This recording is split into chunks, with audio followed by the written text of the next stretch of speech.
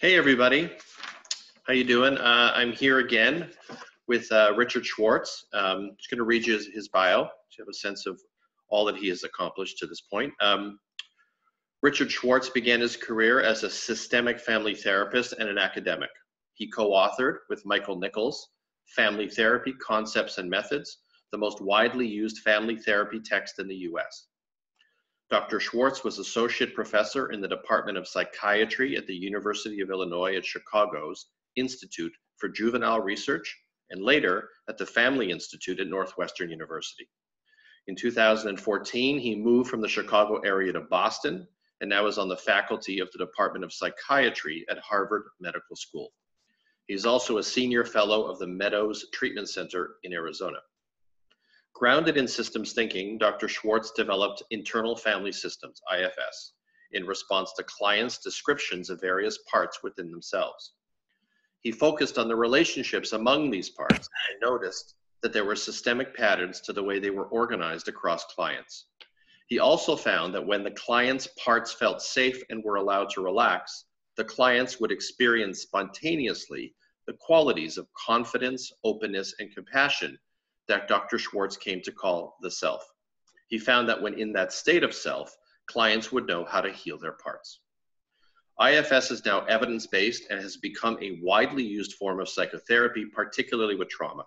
It provides a non-pathologizing, optimistic, and empowering perspective and a practical and effective set of techniques.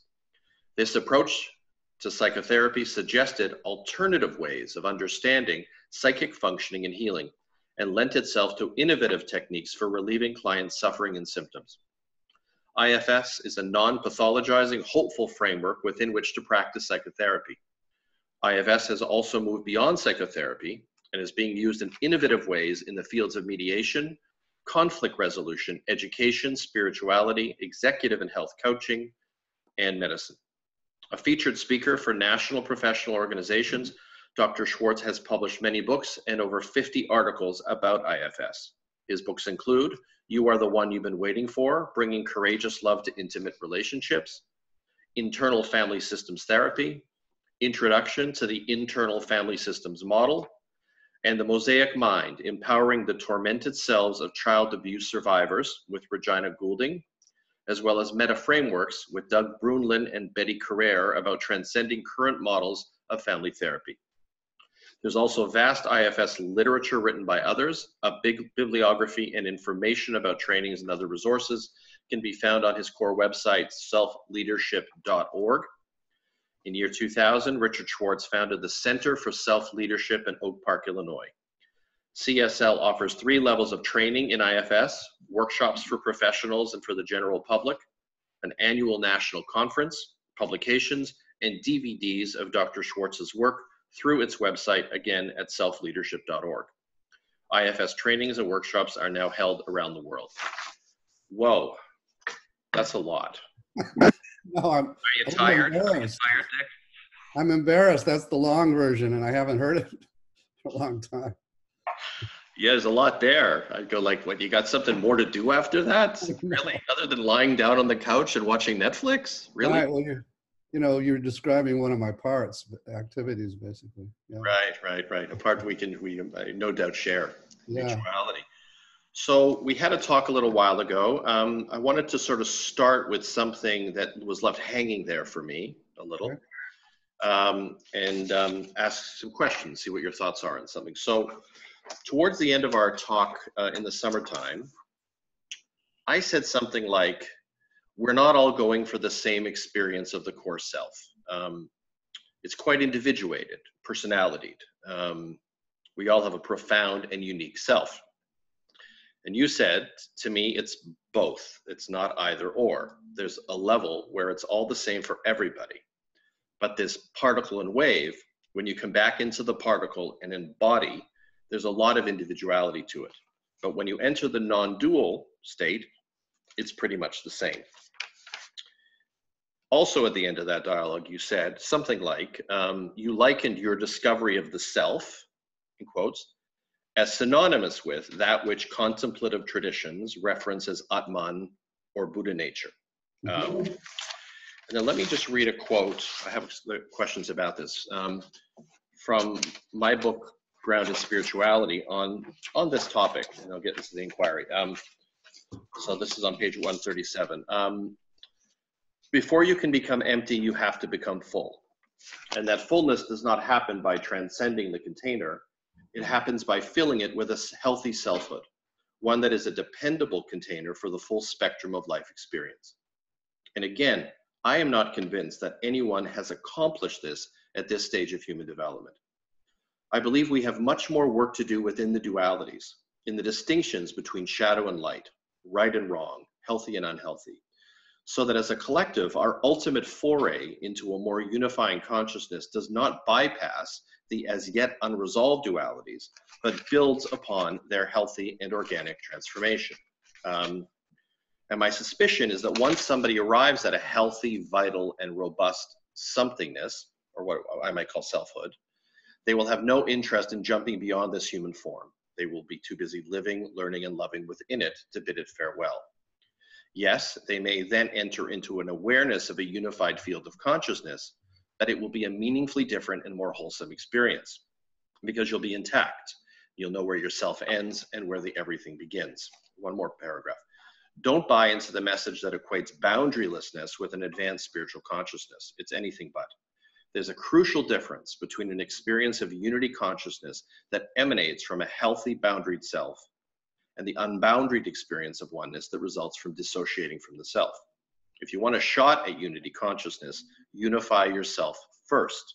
That's where the everything begins. Boundaries, boundaries, boundaries. Don't leave home without them, close quote. So what comes up for me is, and why I think that stayed with me at the end of our conversation, was that I often wonder if what we're talking about when we talk about non-duality is something we don't have any business talking about yet. Mm-hmm.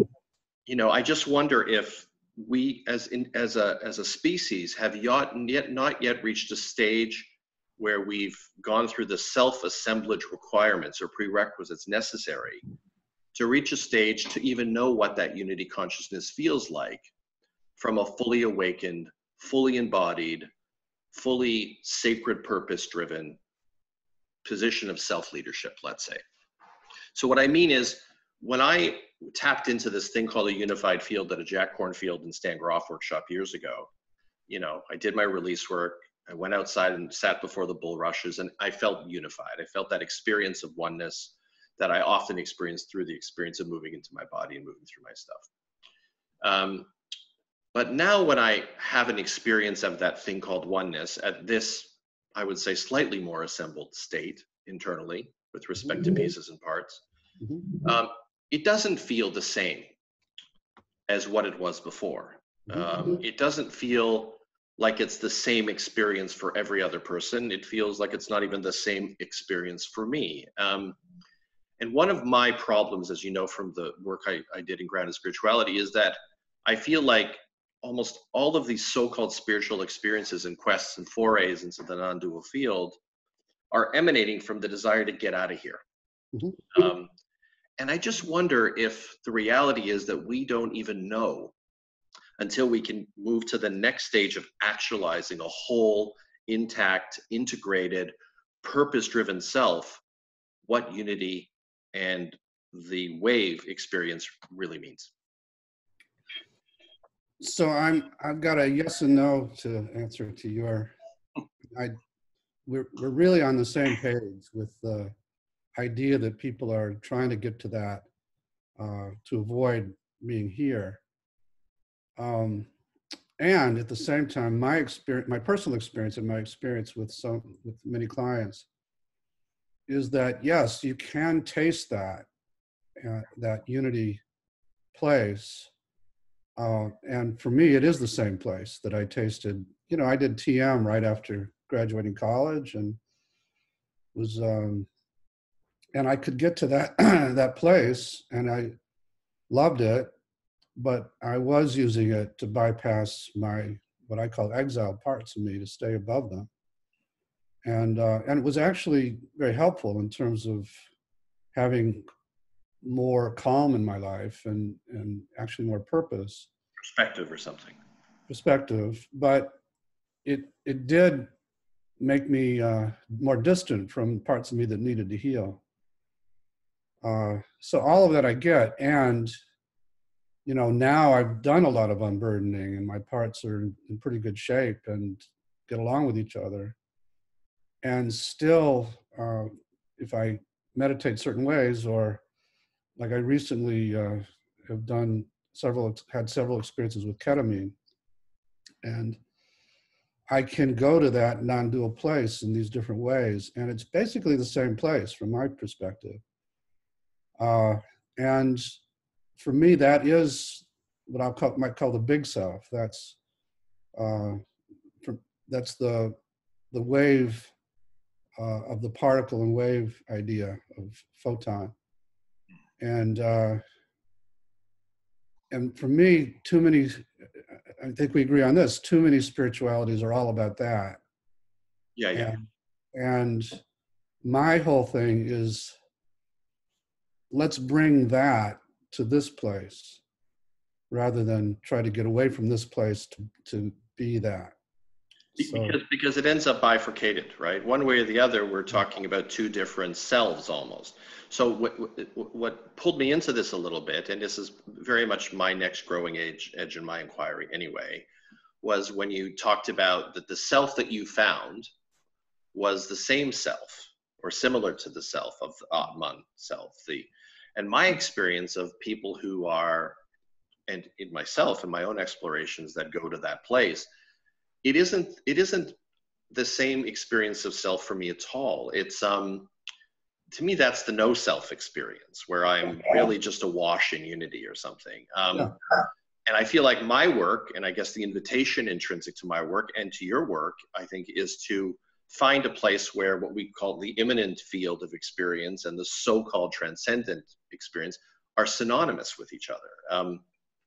Or are woven, there's some indistinguishable weave, so that when I come to this exploration or movement organically towards a unified field, or what they would call maybe a no-self field, from a fully, strongly, vital, robust experience of self, I don't experience it as the way the Atmans or the Buddhists or any of those people are talking about it. I experience it as not filled with emptiness, stillness, and silence. It feels vital. It feels alive. It feels individuated. It feels alchemically woven into my experience of the more, say, expansive consciousness, so that I really am not experiencing myself at the bifurcation anymore. I feel as though I am that too. But not in a way that's no selfless. Let me just read something Andrew Harvey wrote in the foreword to Grounded. It maybe helps with this. Mm-hmm. He's giving me much too much credit. I'm not reading this to suggest this is true, but so he says, for me, Jeff Brown is a modern day alchemist, which isn't true, but the next part is interesting. He goes, by that, I mean he has embraced the ancient alchemical path.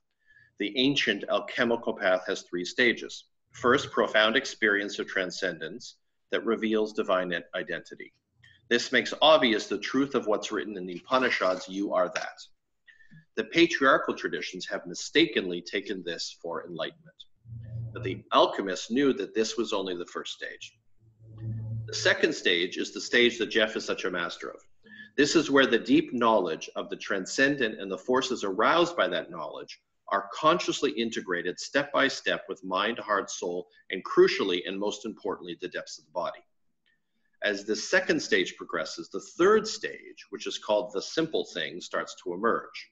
And for this third stage, there are very few descriptions because very few people have truly matured in the mystery of profound union with all that this stage brings. So my sense of that is, and this is experientially based for me as well, when I encounter myself or others in the so-called stage of the no self or the unity consciousness field, there's not a lot of aliveness. They're flatlined a lot. It's very meditative, stuporish. And that feels to me like stage 1. Uh-huh. And then stage 2 feels to me like it's different. So you're holding all of that. You're aware that you aren't all that, right? You are part of this unified field. You're part of the wave, but you're much more strongly rooted in the particle. Yeah. You know, you really experience the self as, like Alexander Lowen's version, bright-eyed, bushy-tailed, vital, and very individuated. Now, let me pause you for a second, Jeff. So that's what I call self-leadership. That's when the parts are willing to really separate and let you embody as self. And they're all in harmony with each other, and they trust you as a leader. And then you feel all those qualities you just described, and the 8 C's that I described, and all that. You live your life from that place. So you're from that place intrinsically connected to the unified field. Yes. And it's fueling you and you're fueling it, or there's some interchange or some synonymous nature of it or something. Exactly. Well, for me, there isn't that distinction. That you are that unified field in a particle form. So you are very connected and feeding from it, and it, you know, you're embodying it. And enlightenment is that, really, for me. It's just knowing that this is who you are. Yeah, I think my fear in all of this is that I feel like there's this extraordinary, magnificent self. Yeah. And don't mean in a narcissistic sense at all. I understand its connection to everything. That keeps getting denied, reframed, undermined, repressed in the name of this very easy to sell quest for non-duality. Yeah. You know? I got nothing against non-duality if we arrive at it organically and authentically from our body outward. I totally agree. We're on totally the same page with that. Yeah. And for me, you know, I don't know about stages. You know, Ken Wilber is really into that kind of stuff. But for me, the times when I do go into the no identity wave state, it isn't what you just described in terms of the no self. It is full of vitality and bliss. And often when I come back, there's a sense of, oh, this is a really hard place I'm coming back to. Because these bodies they keep us from expressing the love we feel all the time, and they're high maintenance. And so I have a real appreciation for, this is a very difficult school we're in. And it's much easier at that other place, but we're here for good reasons. We're here to learn. And so it's important that we do what we're here to do, as you know, as you write in soul shaping. School of Hard Knocks, baby. Yeah. But, you know, so not to be a contrarian, but that place where I've gone and where you, I think, just described, that's vital and blissful, I feel like, and then it's sort of a re-entry trauma experience to come back into contact with this body. I feel like that you wouldn't put it that way. Call it a trauma exactly, but it's re-entry drama. Yeah, re-entry drama. It's a kind of rude awakening. Yeah, rude awakening. That's perfectly put. So I wonder if, I think what I'm going for is an experience of that no self, whatever we call that isn't just blissful, but that is actually also sometimes painful. In other words, I'm not just tapping into the blissful wave, the oceanic blissful wave, but I'm also staying connected to my School of Hard Knocks experience and still being able to access that state. Yes. That feels like a more, what Andrew calls level 2, like a more integrated place where I'm holding all of it, and it isn't, because if I experience it only as bliss, I'm going to stay split and bifurcated, because I'm going to be down in my human body and its stuff, or I'm going to go to the bliss state, like a drug trip or something. So is there a way to be with all of this through the self in a way that allows us to really stay here and also be there too? Yeah, well, for me, that's what IFS is about. So you go to that, I go, when I do it, I go there not to spend lots of time there. It's just a kind of reminder that that's there and that's who I am ultimately. And then the the the idea is to become your own bodhisattva, to come back here to your parts who didn't go there with you, Yeah. and show them compassion and heal them. And then they can come with you when the time comes. When So they're healthy and integrated. when they're unburdened, and integrated with each other. And that a lot of what we're here to do is that, and to not to bring that to this plane, what I keep saying.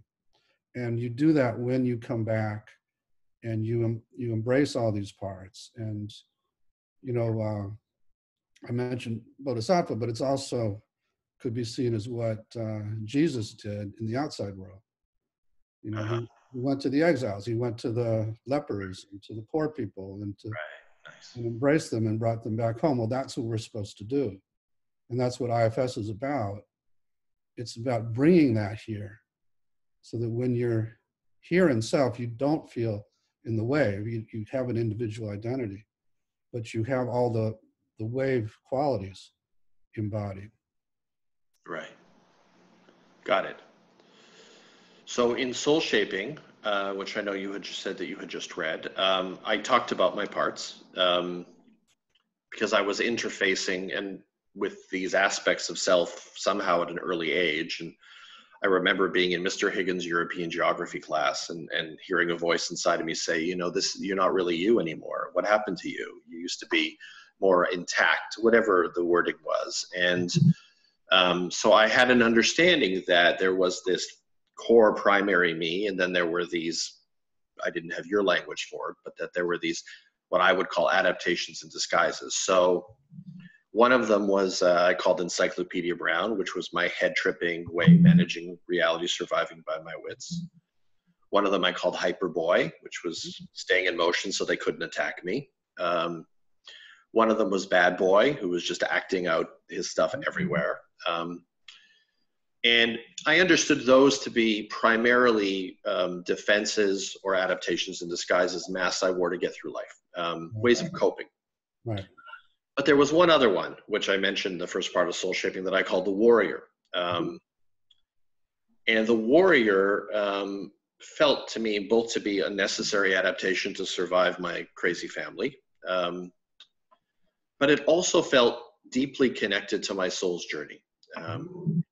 I had glimpses of a famous Canadian criminal lawyer, Eddie Greenspan, on television as a teenager.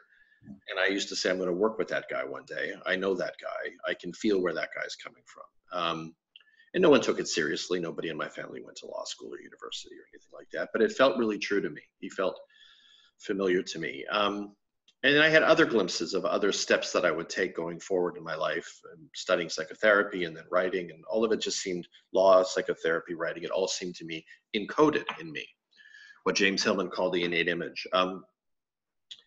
And I wonder, how can we understand this idea that the soul comes in with a particular, what I might call sacred purpose, template of possibility for this lifetime, encoded path, information, directionality, why you're doing IFS work, why I wrote Grounded Spirituality. That isn't just about adaptations and disguises, but is about like a core soul self that threads through each of us, that is synonymous with or different from what you would call the self. So I guess my question is, how do you feel we can understand the soul and the soul's intrinsic journey in relation to this idea of a self-leadership experience? Yeah, so not an easy question, I know. No, it's a good question, and there are several different things I want to respond to what you said. So for me, the idea of parts as adaptations and disguises is diminishing to them. So I've been a kind of crusader for the personhood of parts, to actually instead see them as sacred inner beings, as sacred as people, and on their own path, their own journeys. That warms me. Yeah. Yeah. And then second, to really answer your question, I have to do something that I don't often do, which is to talk about phenomena that we call guides, that I think in your book was Little Missy. Yeah. That was what my warrior self called the part of me that was pulling me in another direction in an effort to disparage her credibility, actually. Yeah. And my guess is if you were to spend some time actually getting to know her, she would probably say she's not a part of you, that she's something else. Intrinsic. No, that she's what we call a guide. So you know, a lot of traditions talk about these guides, and I didn't believe any of this when I got into it. I come from a very scientific background, but as a good scientist, I follow the data, even if it takes me way outside my paradigm. Right.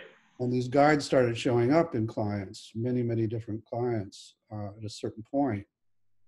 And I started interviewing them about what is the deal and why are we here and what are you guys here for? Yeah. And the answers I got from many different sources was, and this is a long way of answering your question, okay, was that this is a very difficult school and that we're here to learn lessons. And the lesson plans are contained in the burdens we carry, and the parts carry the burdens. And as we unburden, we're doing what we're here to do. And as we do that, sort of our purpose here, what you really beautifully describe in soul shaping, I think the word is entelechy. Is it? How do you? Entelechy. I've never heard anyone say it, so we'll figure it out together. With that. That they have some ideas about what we're supposed to do here, and right. When we're doing what they want us to do, they help us. And what's called synchronicity and all these things start to open up for us, and that's been my whisper in our inner ear. Yeah, but not only. I mean, in the outside world, things start to come that like when I'm writing this book, all the material I need is just coming to me from different sources at the right time. So they help out.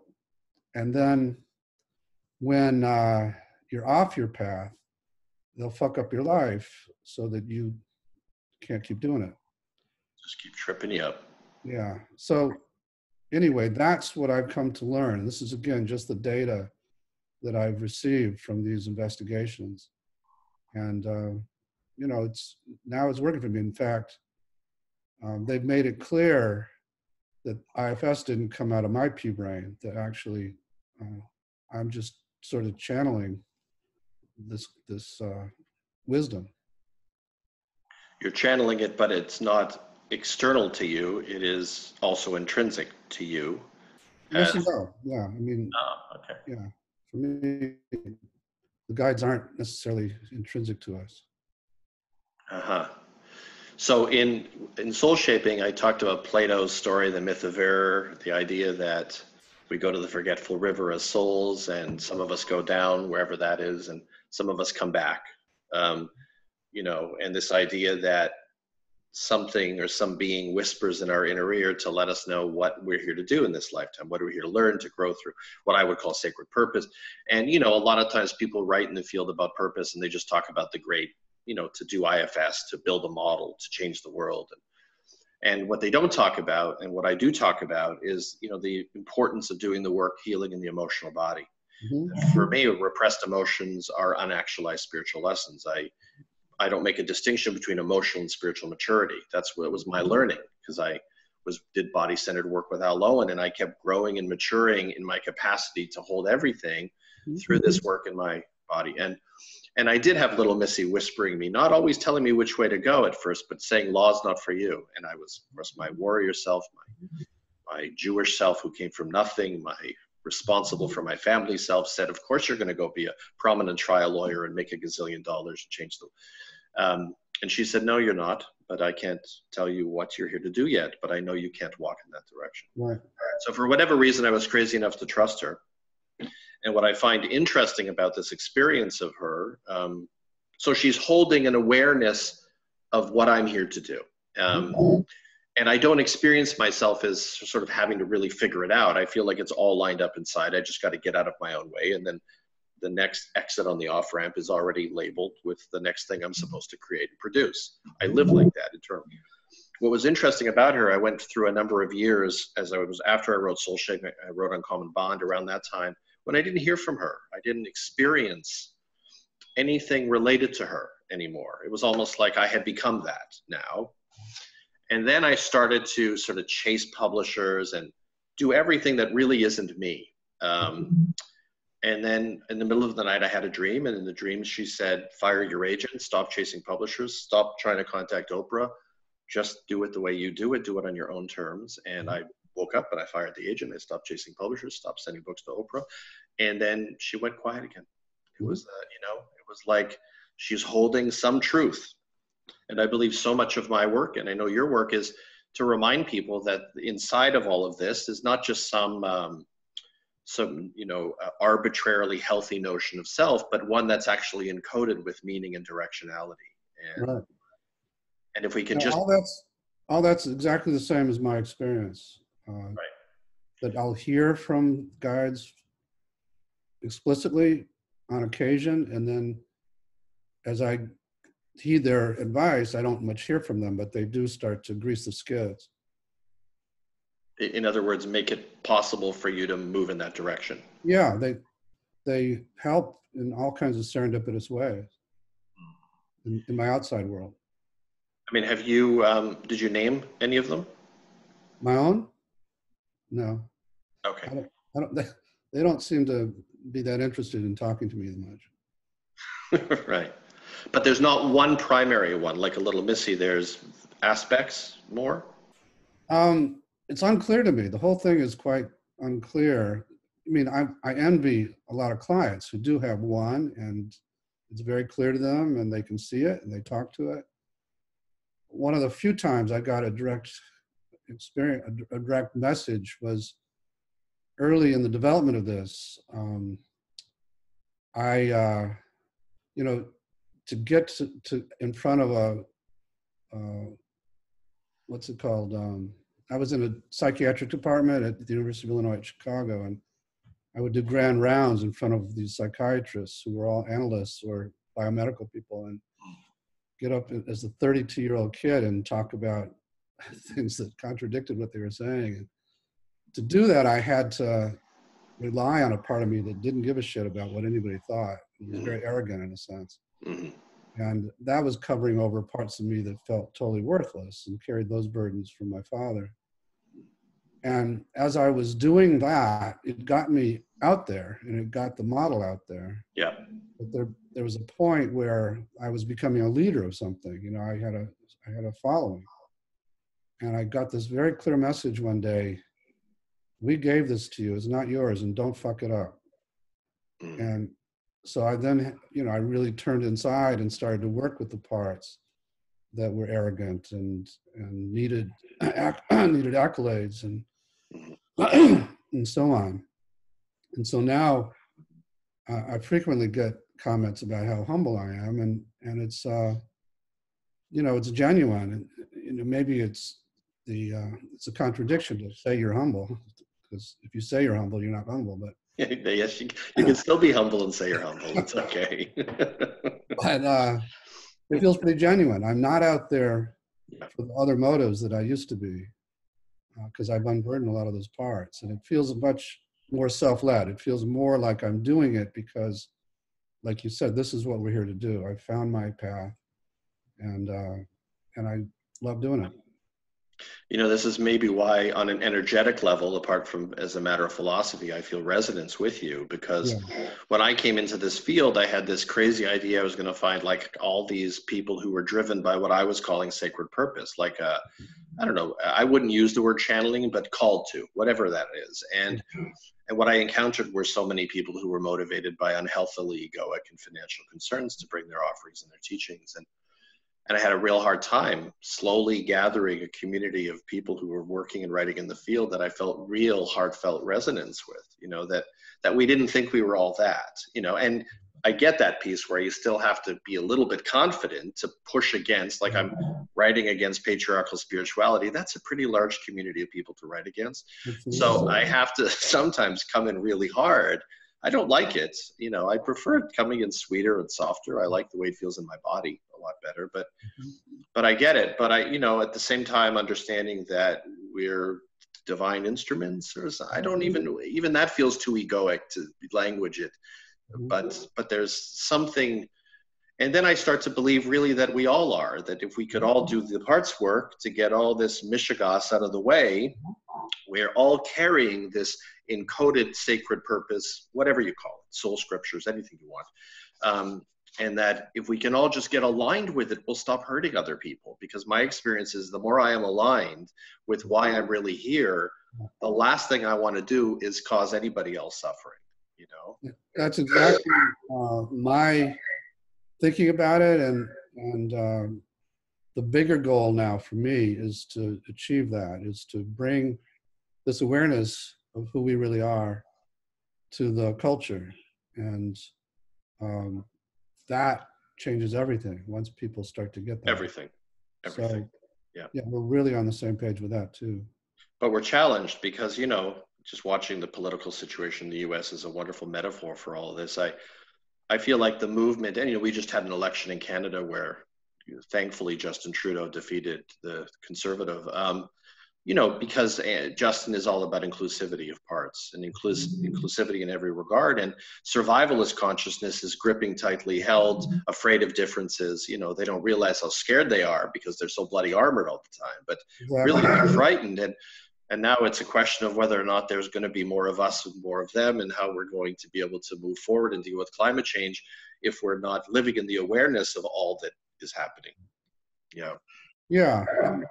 I actually just wrote a chapter in another book. It's the second edition of the original book that just came out, on taking a country like the United States and thinking of it as an individual that has parts, and taking it as a trauma survivor, right, and looking at also the burdens. So people have individual burdens, personal burdens that came from their direct traumas in life. Yeah. But we all carry what I'm going to call legacy burdens, which right. are ancestral trauma. Yes, that came into us through our family lineage, through our ethnic group, through our culture. And so I started to think, what are the burdens that are driving the American culture? And so I identified four main ones, one of which you're writing about, which is patriarchy. Yeah. Then individualism, and the idea that we should be able to do things through willpower and so on. Yes. And then the survivalistic construct, just will your way through it. Yep. Individualists, and we're all going to make it. We don't need the liberal government. We will fend for ourselves through. Yeah, that's a big one. And then what are the other two? Racism. Yeah. And then materialism. And those four burdens have organized the way our country exiles many, many people. So there are more exiles in the United States than ever in its history, in the sense of the difference between income is greater than it's ever been. It's radical. Yeah. And there's lots of exiles through racism and patriarchy and so on too. Yeah. So we have massive numbers of exiles now in our country. And any system that gets lots of exiles has lots of extreme protectors. And you look at an individual, and that's always the case. But same thing. Right. Same thing. And so we have, and then those protectors will polarize with each other. And so I'm trying to to use the IFS map as a way to understand systems at all levels. Mhm. And I've begun to, Brilliant.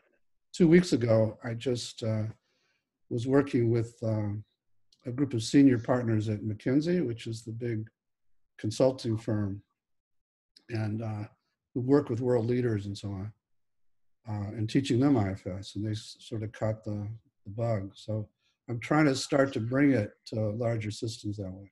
Nice. I mean, do you feel with, I don't know how seriously or not seriously you take the climate change issue, but I mean, do you feel now more desperate to bring this message that we're in more trouble than you ever imagined 10 or 15 years ago?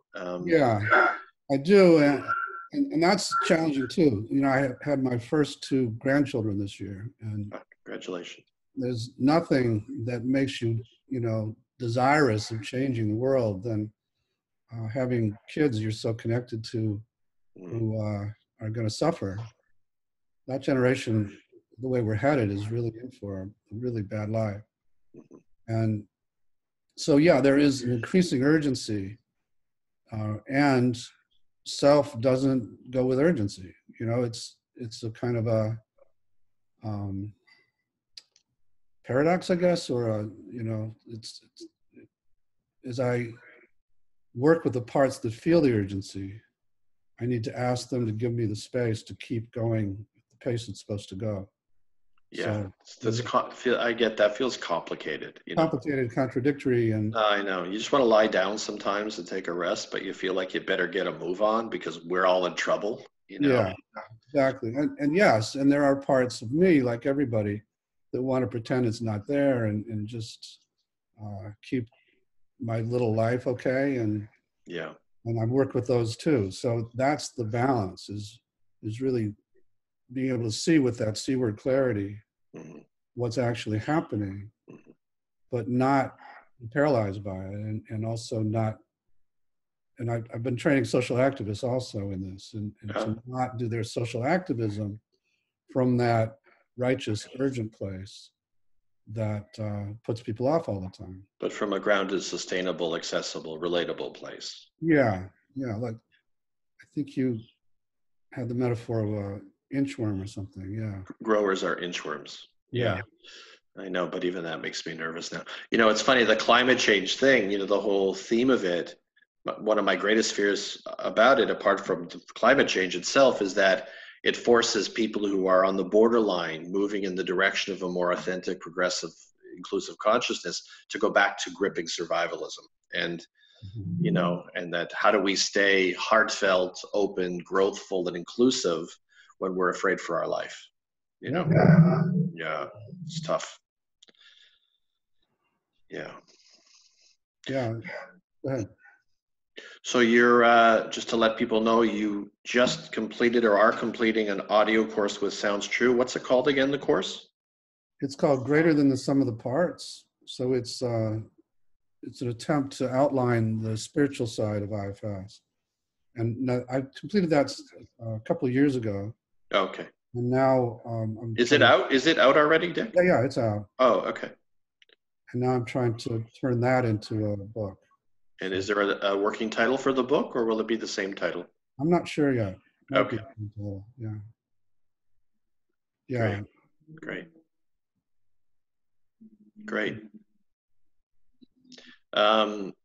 In terms of moving in the direction of integrating IFS with this thing I call grounded spirituality, as opposed to what we've been told by the patriarchy as spirituality, what do you see as being a possible interface, or how do these notions, I mean, they reflect each other, but how do they support one another? Anything more specific in that question? I mean, enrealment as a concept, for example, something I talked about, this notion of every single part of us being at the table. So can you see a way of doing something called the spiritual teaching in a way that is actually completely aligned with IFS as a teaching and exercise model, for example? Or maybe better put, do you feel as though what you've been doing is essentially a spiritual teaching? I do. I don't package it that way much because I don't want to be seen as a guru and this is a cult or anything, but do I believe it is? Yes, I believe. I'm totally into the parallels, and what you just said about bringing all the parts to the table is part of that. So one way to think about it is, again, if you think of these parts as spiritual beings on their own journey, and you're sort of their guide as self, then it only makes sense to help them as much as you can without doing it for them, because they have to learn their own lessons. A lot of the help is going to them and letting them know they're loved and that they're a part of you. They're not isolated little, survivalists themselves, which a lot of these parts feel. Right. And bring them home, bring them in, have them get to know each other, feel the sense of community with all of that. But what you also find is if you really delve into this work is that they are little microcosms in the sense that each part has a self and each part has parts. Right. And they in some ways parallel the system that they're embedded in. And I've actually gone one step further, and if you go there, your head explodes because Right. it's the turtles all the way down kind of thing. Right. And so there's something spiritual about that it's all the same form on many, many different levels. And I think at the guide level, it's probably pretty similar too. So anyway, I'm not sure how we got into that, but yes, for me, it's become a kind of spiritual path that people go on as they do this. And again, the goal is to learn your lessons while you're here, so you don't have to come back. And your lesson plan is the burden. But I like it here. I like ice cream. Why can't I come back? I want to come back. I just want to do it a little better next time. That's all. Okay. Well, you can come back. So thank you. So I have one more question. Sometimes, I've worked with people for years in client sessions, and you have, of course, worked with thousands of people. And I wonder sometimes, relationship is such a challenge, particularly intimate relationship for so many of us. And to me, it kind of makes sense. I feel like we've been sold this karmic bill of goods about how good and perfect that's supposed to be for 50 years. And then I think, how is that possible? It's all most of us can do to even begin to name our parts. Yeah. So how are we going to get in a room with another person and have a fluid and perfectly ecstatic experience for 20 to 50 years? It doesn't make sense. I mean, what is a realistic expectation set based on where we're at developmentally as individuals with respect to love relationship in this world? Yeah, along the lines of what we're talking about, I developed a concept of your intimate partner as your tormentor, the hyphen between the tor and the mentor. So by tormenting you, he or she is bringing up the parts of you that you need to heal. So they're not supposed to be your soulmate who's just always nice and loving to you. They're actually, their parts are supposed to trigger your parts. And that's true in most couples. In most couples therapies, people come in and it's parts wars. There's no self available and they're just dominated by these protectors. But our job as therapists is to get them each to do what I call a U-turn in their focus so that they go in and find the parts that are being triggered and begin that healing process. And as they do that, they're learning the lessons they came here to learn. And one of the lessons may be, this isn't really the right partner. Just like you learned that law wasn't really your calling. And that, that might happen. But often they also learn that my partner is not these parts that I hate. My partner is this other person who was hidden from me, but now I'm getting to see. And I really love that person. And I can also see how much I'm hurting my partner's exiles by saying these mean things to them. Yeah, nice. So that's a totally different frame for why we have partners. Absolutely. We just call that conscious relationship now or something. I mean, but in your work, the distinction between those connections who are entangled in the parts war and that are worth staying with, versus those that are what I call wound mates in uncommon bond and grounded spirituality that really aren't a fit. How does one distinguish between those two paths? You know, the stuff's coming up in both places, but some of them there's basis for hope, some of them that's hopeless. How do we know the difference? You know, there is such a thing as matriculation. So at some point you learn the lessons you're supposed to learn from this particular relationship, and you can matriculate, and you get more access to yourself and your guides. And like I said, just like you knew that law wasn't for you, at some point you recognize that, or you recognize, no, this is the person. All I've got to do is, if I can be in self more often, I'll have more access to the person I love. And so my job is to do that. My job is to get my parts to not keep triggering her. Right. I like it. Matriculation. Graduation. What a concept. Yeah. The other, I think, important concept here, and this is, I also did a chapter in this book called The Laws of Inner Physics. What's the name of this book? This book is called Internal Family Systems Therapy, the second edition. Oh, okay. Got it. I wrote the first edition in '95, and so it's been a long, also it's about 70% new material. Wow. And it's through Guilford, or I'd send you a copy. I don't have any. Okay. But I wrote a chapter called The Laws of Inner Physics. So as a student of the inner world, I see there are laws about how things can operate and can't.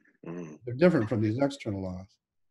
One of them is that you will relate to parts of you. You will relate to people who resemble parts of you in the way you relate to that part. So if you hate your vulnerability, if you hate your exiles, then when your partner is crying, that contempt is going to be your reaction. Right. And if you are terrified of your anger, then when your partner is angry at you, you're going to be terrified, and so on. And so the lesson there is, as you improve your relationships with these parts of you, then when people resemble them, you can stay in self, and you can, see them through a more valid light, less projected light. Yeah. Less reactive. Yeah. Nice. Thank you. You're welcome. Anything else to share that comes up? Just that I always love talking to you. Yeah, me too. It's great. Yeah. Like you said, there's a strong connection, and we're on the same wavelength by and large. And I'm honored by your interest in IFS. So. Yeah. I've noticed you've been sharing, I think, more images on Instagram with some of your quotes lately, and I've been sharing some of those. I think they're fantastic. Oh, thank you. Yeah. Yeah. You finally hired a social media person. So. Yeah, something happened. I saw that. Really good. So, yeah. Hey, good stuff. Great. Well, thank you. Thanks for this conversation. I think people will get a lot out of it. You're very welcome. I hope we keep it going. Okay. Bye for now. Bye-bye.